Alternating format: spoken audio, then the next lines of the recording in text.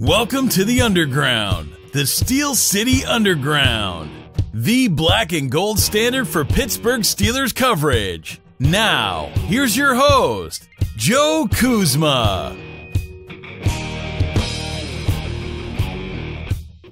Hello, everyone, and welcome to another edition of the Steel City Underground podcast, presented by GTE Gameday Tailgate Experience. Elevate your tailgate. Just a few days away down in Jacksonville, Florida this Sunday as the Steelers take on the Jaguars. For more information on how to get tickets for this tailgating event, visit steelcityunderground.com/Jaguars tailgate. My name's Joe Kuzma, and we have a special program here midweek to get to all of yins. But first, I would like to welcome back someone who's been waiting, I think, a while to rejoin the show as a co-host or cohort of mine, one Noah Freeman. What's going on, Noah? Not much. I don't have a clever saying like Trey usually does, but it's good to be back on the podcast. Or anything that Brian says. He's the host who doesn't like toast. So we got to get this. Exactly. We got to run you through the paces. What do you think about this? Was like the job interview questions for Steel City Underground. Do you like toast? What is your opinion on toast? Oh, definitely. I'm not sure what Brian usually. I don't know what he's thinking about that because who doesn't like bread? And his argument was making it the toasted part, but I mean, it just makes it a little better. Put some butter on it. Let the butter melt a little bit. And butter, it's just, butter's the best, man. And butter on popcorn, some salt. And you know what I never did before? I seen this.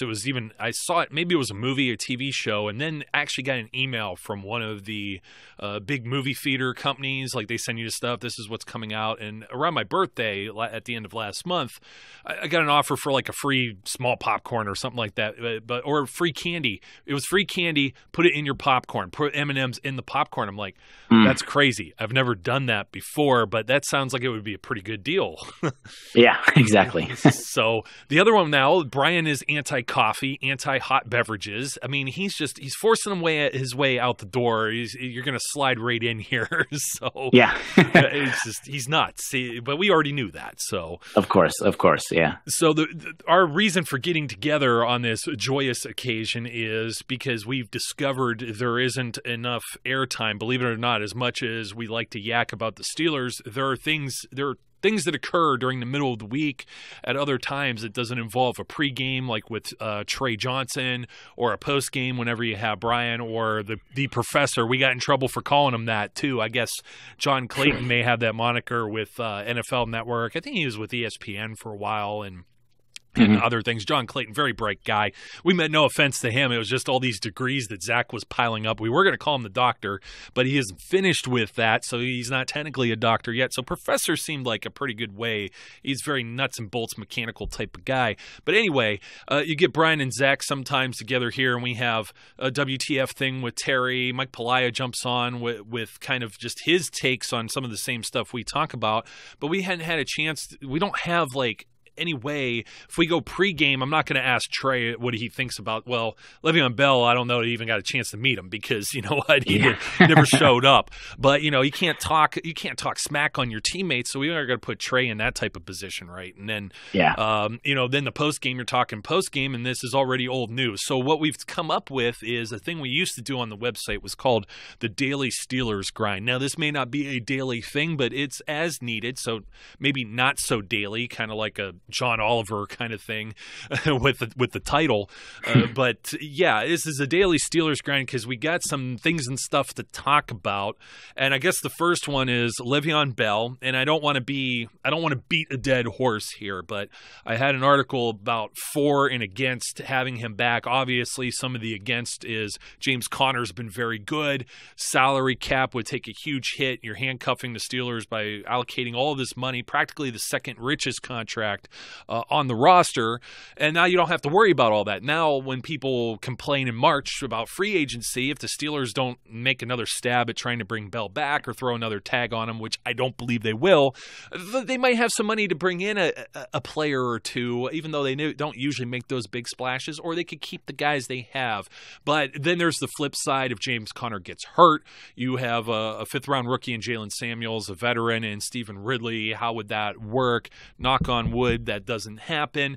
But we are finally ready to move beyond the Le'Veon Bell thing. He didn't show up. He can't play this year. He forfeits $14.5 million. I can't believe I'm putting those phrases, $14.5 million and forfeit, in the same sentence.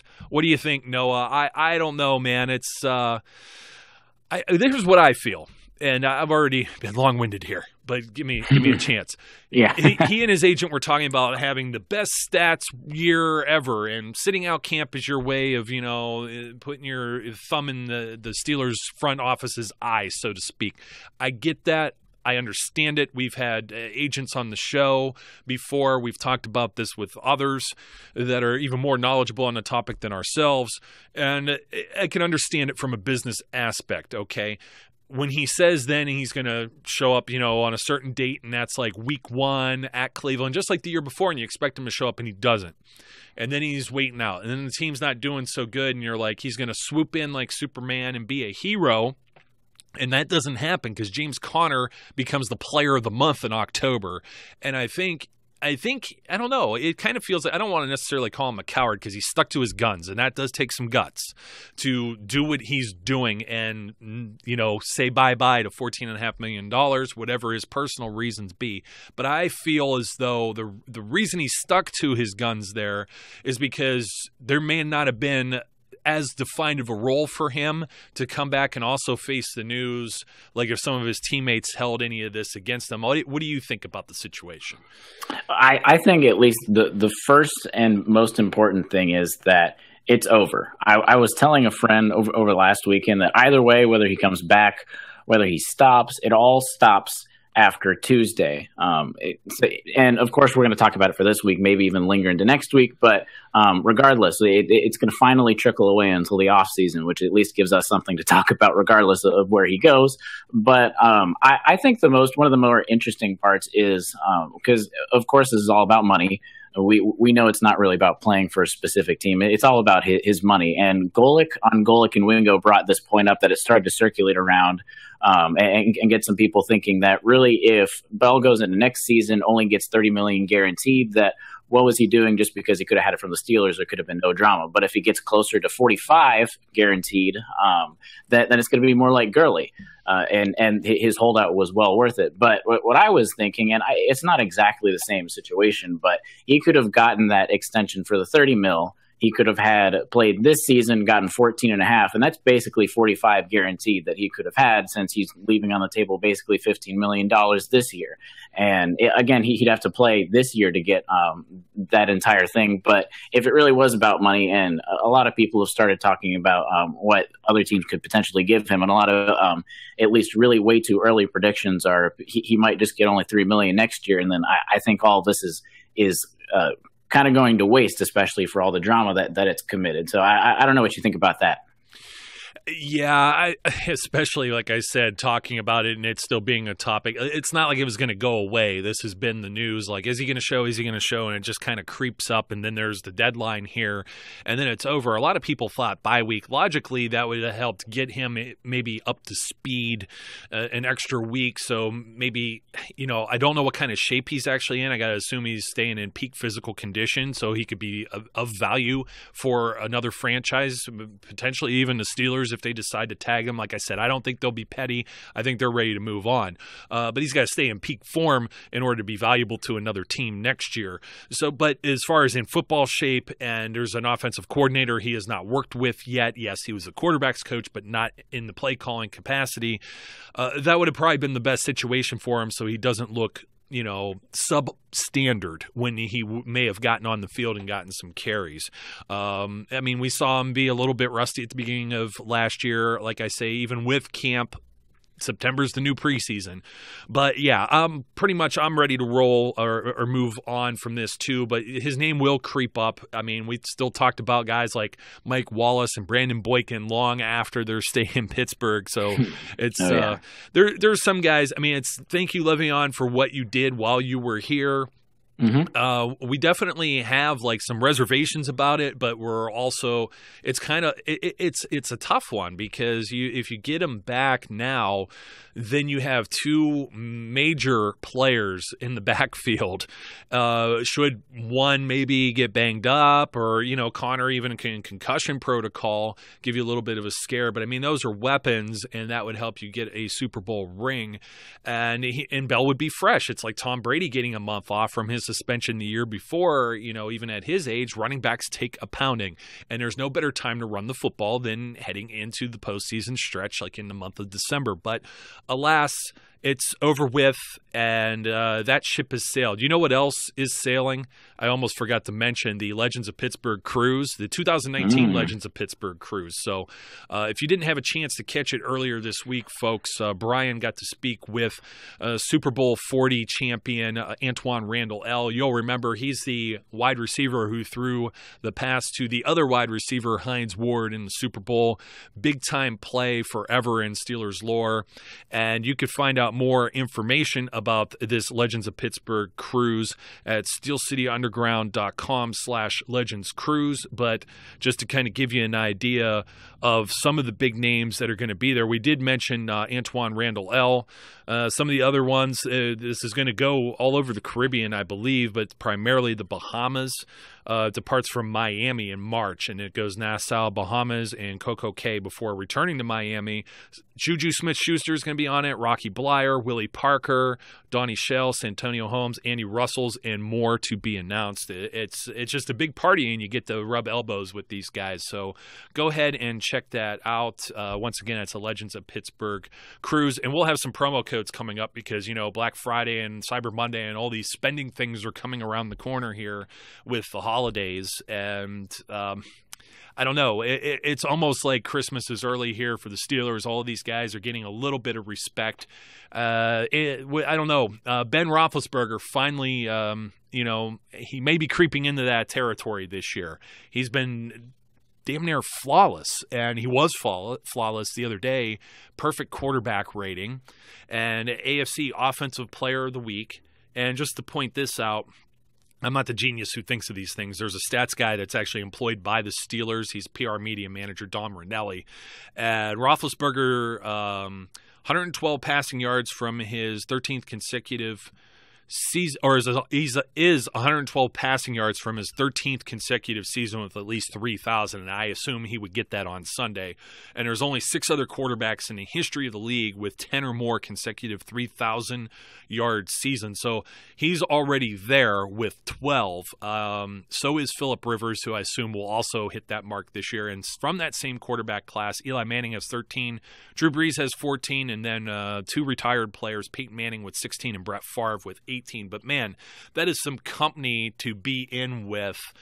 Ben Roethlisberger, do you feel outside? I think in Pittsburgh he gets a lot of love, but I don't think enough people in the media talk about him. I know how you feel about that other TB12, that Tom Brady character. It seems like everybody's always talking about him. Nobody ever talks about Ben.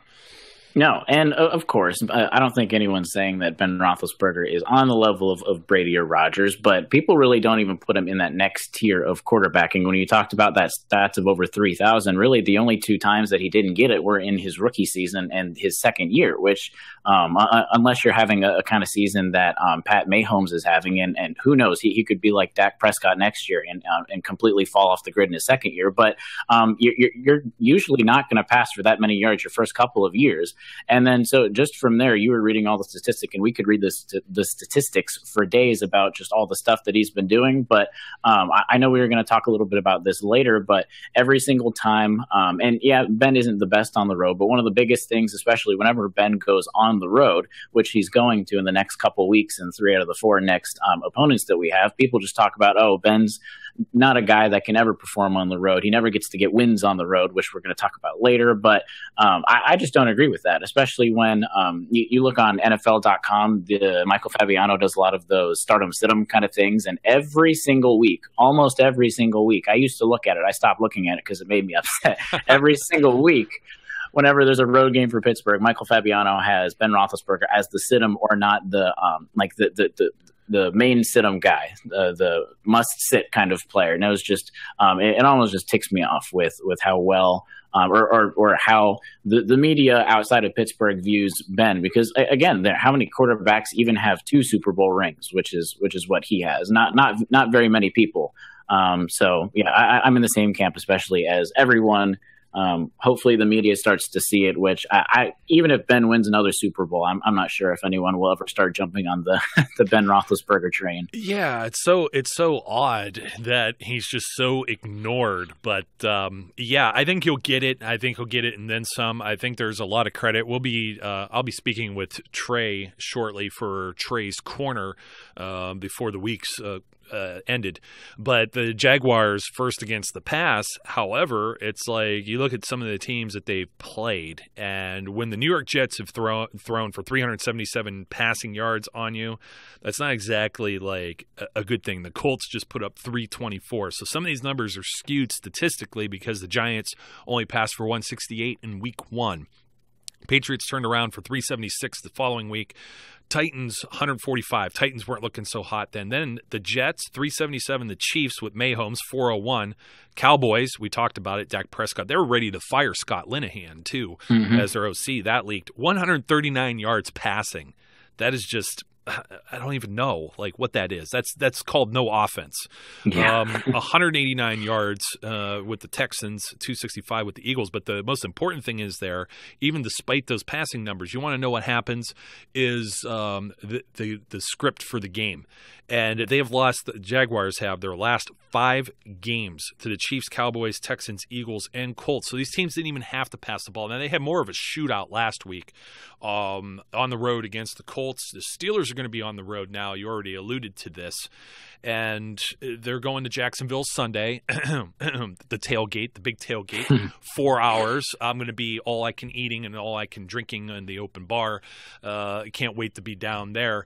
And oh yeah, there's the promo code for that, by the way, folks. If you're still hanging on with that and you're not sure and you don't have a place to go, if you're headed down to Jacksonville, Steel City is your promo code to get yourself a discount when purchasing those tickets at checkout. SteelCityUnderground.com/Jaguars tailgate. I feel like more advertisement today than usual. I apologize, but we're wrapping this one up on Sunday, so you won't be hearing from GTE again until they have another event where they'll be hosting the Steelers. But regardless of that, the road schedule coming up, but not only that, the away or the prowess of the Steelers being an away team. For years, it was Mike Tomlin can't win on the road. And we just looked this up. And, okay, so you had a tie in Cleveland in week 1. That's, the kiss your sister thing. It doesn't count. And then hopefully nobody tries that. Do not try this at home. Then you go back to 2017, and it was week 3, also overtime, that ugly game against the Bears. That's the last time they lost on the road. The losses have been at home. The Jaguars' losses were at home. They lost to the Chiefs this year at home. Lost to the Ravens at home. Sadly enough, home. But they're getting it done on the road where teams are said to not be able to do that. And you have to go all the way back. If you take away the AFC title game in 2016, the last regular season loss, and we were checking this out because they won 7 regular season games in a row and 9 total to close out 2016. You got to go back to a road game in Baltimore when they dropped the 4-4 on November 6th, 2016, a 21-14 loss to the Baltimore Ravens in 2016. That's mind-blowing if you ask me. Mike Tomlin has been doing one heck of a job. Everyone that wanted him fired, I wonder if they're reconsidering it now. And so first of all, we were talking. Mike Tomlin has only had 3 seasons where he hasn't gotten double-digit wins. So only 3 and quote-unquote bad seasons, and he's never gone below 500. He's never gone below 8-8. So that in itself is something that most teams will strive for. But when you're winning that much, you can't lose that many games. You only lose 3, 4, or 5 games, and you don't want your games to be lost at home. So where else are those games supposed to be lost at? You lose on the road. So I'm not really sure even where all this media stuff is coming from, where the Steelers lose even 2 or 3 times on a bad year on the road. It's like, well, where else do you want them to lose them? If they lose Nowhere. at home, Nowhere. Exactly. They're not allowed to lose 16-0 every time. If they lose at home, it's going to be the same narrative. Oh, well, the Steelers can't lose at home. So it's like, just like you said last year, there was only one loss that was on the road, and they had 7 road victories. This year we have a tie. 2016 there were only 3 road losses, but that was at the beginning of the year where, like you said, we were going 4-4, and that was where all heck was breaking loose before things obviously turned around again like they usually do. But I think Mike Tomlin's proved that he's able to win on the road, and even in those couple slump seasons, it's still you're going to lose a couple games usually. Even the Patriots lose a few games, which that's another story in itself. But yeah, I agree. Yeah, to the Titans, absolutely. Yeah. I mean, that made my week. Sorry, not sorry. Yeah, I'm looking ahead at the away schedule, and I'm trying to think if they could keep this ball rolling. So obviously, you have the game that was moved from Sunday night up to 1:00 kickoff this Sunday. If you didn't get the memo, folks, adjust your calendars accordingly and set your alarms. 1:00 Eastern against Jacksonville in Jacksonville. I don't see that being a problem whatsoever. Do you? No. No. A lot of people might want to start already throwing out buzzwords and clickbait and say it's a trap game. I don't believe so. Having lost the way they lost the last 2 games to Jacksonville last year, I think they want to go in there and make a statement. Following that, they might be full of turkey and, I don't know, mashed potatoes and stuff like that. But, thank God this time, no games on holidays. You know what I mean? Yeah. November 25th, Sunday, afternoon game since it's West Coast time slot, 4:25 Eastern at Denver. Denver has always kind of been a bugaboo for the Steelers to play there. And, that one kind of – I don't think they have anything beyond because, I mean, then they play at home with the Chargers. I don't think they would overlook the Broncos, but they might be riding a high. They might have a holiday hangover. But still, the Broncos aren't necessarily a very strong football club at this time, and I don't think that one's going to be a problem. No, they're not the team they were even 2 or 3 years ago. Yeah, I agree. Then the Chargers, we're looking at the away games here. Here's the one we always joke about might get flexed. The Oakland Raiders right now scheduled for a Sunday night slate on December 9th at Oakland. If they lose this one, this is going to be playing down your opponent and overlooking because of the following Week 15 opponent being the New England Patriots at home. So that's the only way I could see it. West Coast travel. They've already going to get these West Coast bugs out with the Denver trip. So I'm thinking, though, the Raiders are just so bad they would have to monumentally collapse, the Steelers that is, to lose that game. Oh yeah, I no question. And if the Jaguars game was flexed, I wouldn't book any plans for flights during the middle of the afternoon on Sunday, December 9th. If you're going out to Oakland, I would hold back to see if that game's going to get flexed or not. Yeah, that was quite interesting with my own travel arrangements because it's very difficult to get a direct flight. If you're going down to Jacksonville, so there's a lot of connections. I hate connections, but anyways, packing light this week so I don't lose bags or anything in the chaos that is airline travel. So, the Patriots are at home. Then they get to go down to, is it the Mercedes-Benz Superdome? I mean, there's the Mercedes-Benz. They have the dome in Atlanta now too. They got their name on everything. 4:25 Eastern. It's a couple days before Christmas here. That looks like a barn burner. That's the one you should probably be worried about. But if the Steelers are taking care of business through here, we're talking 3 games on the road, 2 at home. You got the Jaguars, you got the Broncos. The Chargers at home and the Patriots at home look more difficult than the road games. Raiders on the road, they're taking care of business out of most of these games. And depending on what happens a week before with the Patriots, this Saints game could be a Super Bowl preview, and I can't discount anything with the Saints until they start slowing down. This might be the one where they finally have to drop. They might drop one on the road. Yeah, and honestly, that's not one to be ashamed of. Of course, you never want your team to lose, and they could be fighting for seeding in the AFC. But going down to New Orleans, I don't want to say it's an underrated place because everyone knows how good and how loud the Superdome can get. But I think some people always forget how good of a home crowd the Saints fans can give their players. But if the Steelers, I'm tripping over myself all the time. Geez. But if the Steelers were to lose one of the Saints, of course, again, it's another loss, but it's not one to be ashamed of, just because they're a very good football team right now. Yeah, Ben was already asked on his weekly show what he thought of Drew Brees too, and if he had watched any games and saw the spanking that he said something to the effect of, it's like, Ben, did you watch any games? Did you get to see how the Saints like basically just spanked the Bengals and put 50 some on them themselves, 51 or 52, I believe, just almost the same as the Steelers did with the Panthers. And he mentioned something about, well, if my kid wants to go play catch, we go outside and play catch. That meant he left around halftime from watching it. He just didn't say it. And then, of course, those Bengals will be at home to close out the season. We'll see if that even ends up being an AFC championship kind of game. The Bengals, of course, hiring Hugh Jackson, which, I don't know if Terry mentioned this on the WTF or not. Now I'm drawing a blank.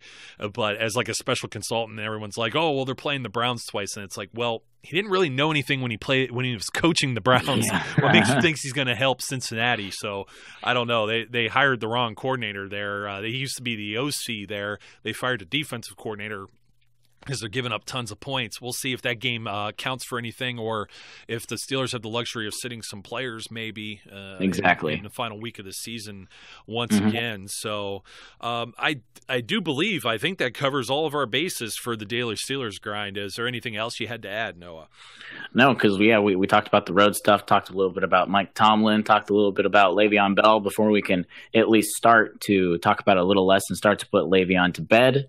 But no, I think that about covers our bases, like you said. Yeah, Le'Veon's not going anywhere. Trust me. If I'm a betting man, he's going to have a diss track or something, some type of new rap single out within the next month that's going to get everyone riled up. Maybe not even a diss track, but he's going to have something in there that's going to be interpreted and torn apart by everyone who talks about it, including myself and yourself. So,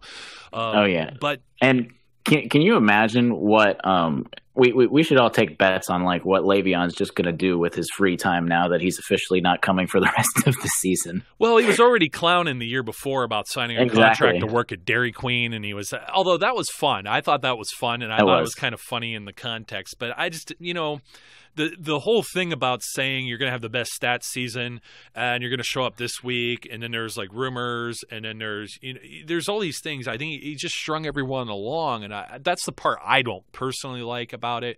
If you're going to sit out. Now we know. I mean, up till 4 o'clock, we didn't know what was going on the other day.